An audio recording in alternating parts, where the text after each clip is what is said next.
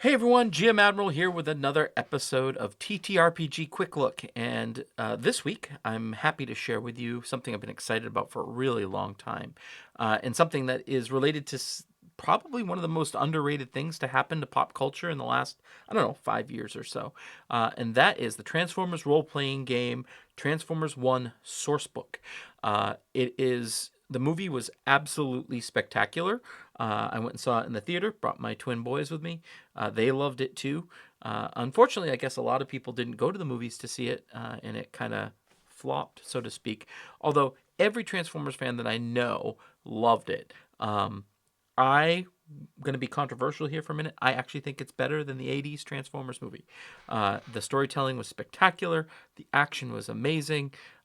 You like the sense of the feelings that it brought up were awesome. So when I heard that this book was being made, I like jumped up and down, and now I'm really excited to try to run something in this era. Let's go ahead to our other point of view. So you can see we've got movie art right from the movie on the cover.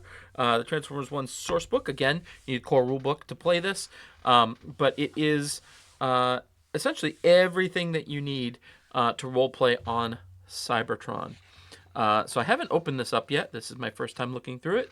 It's not a review. It's just me flipping through, giving kind of my first reactions, and giving you an opportunity to see some of the things that are contained within so that you can make a wise purchase when you decide to buy it. I always like to look and see the authors. I know a couple of folks on here, Ryan Costello and Paige Lightman, and Ben Heisler. Ben and I chat all the time. He's the developer of the book, so I'm really excited to see friends put out such a cool product. So it looks like 5 chapters total. The book is about 120 pages long. And we've got introduction, character options. We always need character options. Your characters, your group, threat and allies, locations, campaigns, and variations. So I thought that this was kind of looking at this, that this is kind of meant as an onboarding tool for parents that are trying to bring kids who went and saw the movie into the role-playing game. So, but in that regard, I think it's pretty spectacular. It's a good idea. As always, the layout for these books are just so clean and spectacular. I love that you get the background borders with these panels in front. You know, rules, using the book, references to other book. That's good that it has your little references down here. Character options. So, we have new origins, and we talk about bots, which are a key thing in the movie, right? These are basically Transformers that can't transform, right? They don't have the transformation cog, so you can play basically just a robot. And got some new perks, bot mode, gaining a T-cog. So what happens when you get that T-cog and be able to transform? Pretty cool. And then how do we get those alt modes on Cybertron, and what's the best way to do such things? Look at this. Lots of examples. High Guard Initiate. So this is who the Primes were using as like their first line of defense, essentially. So that is essentially what Megatron is. Isolated. That's kind of cool that you're like your own character. You don't really play well with others, and then you can tell a story arc where you start playing well with others, right? New factions, the autonomous bots, the High Guard. Of course, you would expect to see that. General perks for anyone to take. And again, don't think that you're restrained by just being on Cybertron to take these perks. If you think that it makes sense, you can throw it on your Beast Wars character, for example. Always need new equipment. I love seeing a ribbon bookmark in here. Cyber Saw, Heavy Auger. So a lot of things, again, that we saw turbo pliers in the movie, which is great. Mining jetpacks, yep, those are great. And then you get to your characters, your group. So, so like here we're talking about family play. Games can also bring many different generations together, telling a story together, overcoming problems, rolling dice. That is really cool. Like, how do you get your kids interested in a role-playing game? This is a question I'm asking myself right now, Both my boys just turned 7 years old, and they love playing with my D&D figures. They love playing with my Dwarven Forge, and they're right on the edge of being able to understand basic role-playing game mechanics. I did introduce the Marvel role-playing game to them, so eventually I might do this, the Essence 20, maybe Transformers, and then maybe some Power Rangers. They really like Power Rangers. Playing to lift versus playing to lose. Help your fellow players feel awesome. If they succeed, great. If they don't, boo. Okay, that's kind of neat. Teaching the rules, ensemble play, like how is it to use a bunch of people, as far as social connections and things like that. It's awesome. Some info for splitting the party, for playing together, conflicts among characters in the party, which, as someone that writes for Star Trek Adventures, that is a really, really interesting thing to do. We go into what you do during a session 0. So we've got almost like a player guide of sorts of how to, do some good role-playing best practices, so to speak. Threats and allies. Of course, we've got our threat levels here that you can find. So these are going to be our stat blocks, right? So we went through and B127, the bot, and then B127 with the cog. So how do we modify this once they get their T-cog and they're able to transform? That's awesome. A more advanced B127 loudmouth helper. That's funny. D16, awesome. So it looks like you're having so many characters had so much progression in the movie, which is one of the reasons why it's so spectacular, in my opinion. So we get to see D16 as you first meet him, and then once he gets his T-cog, and then when he becomes the Decepticon at the end. So that's pretty awesome that they're showing all of that character advancement with different profiles in the book. So that's awesome.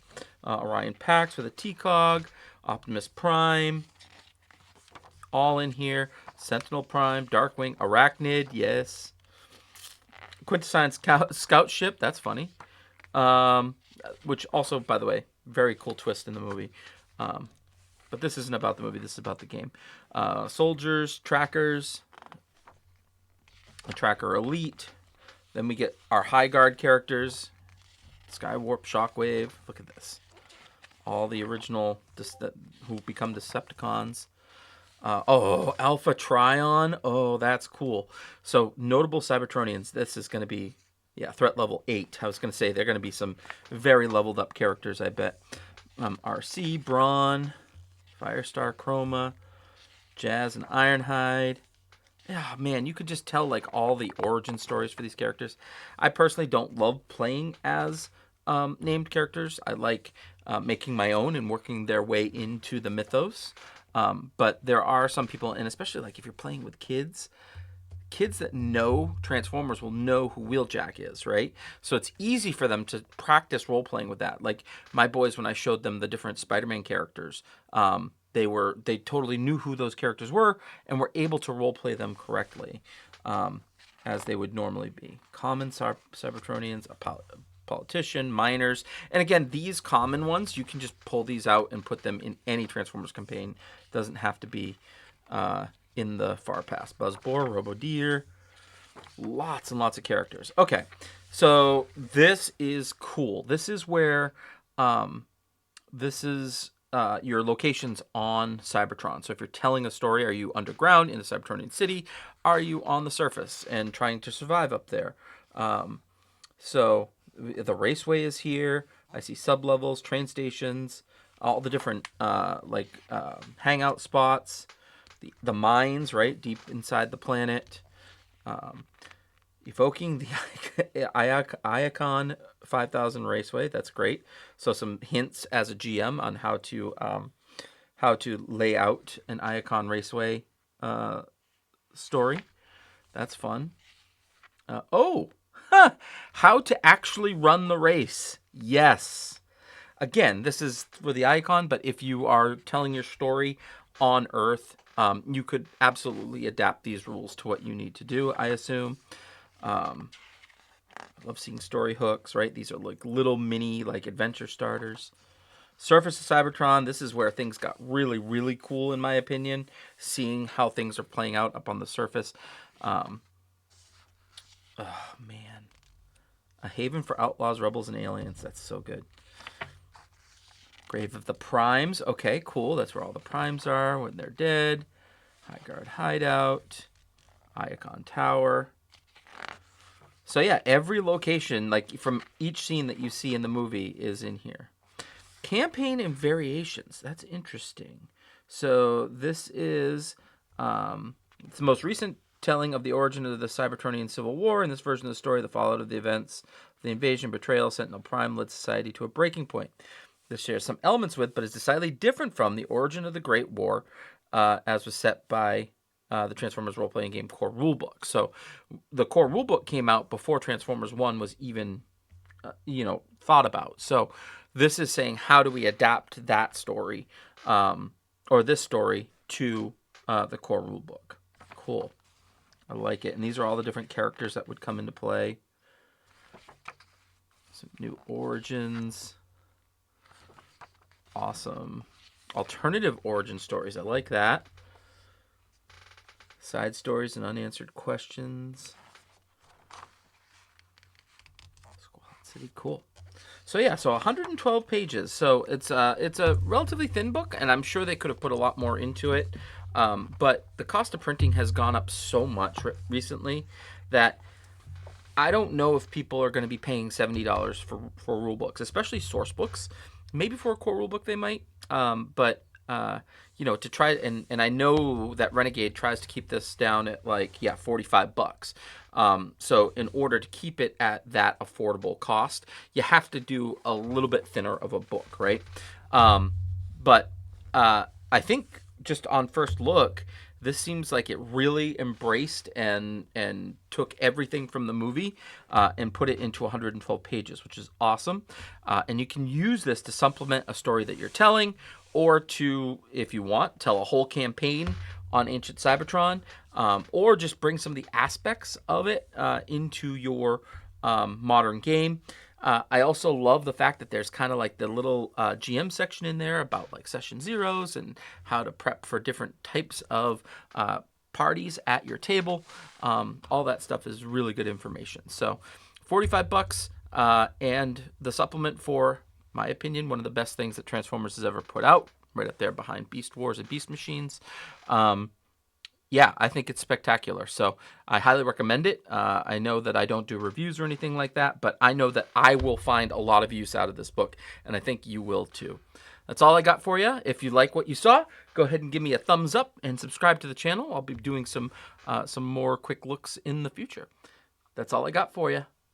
Take care.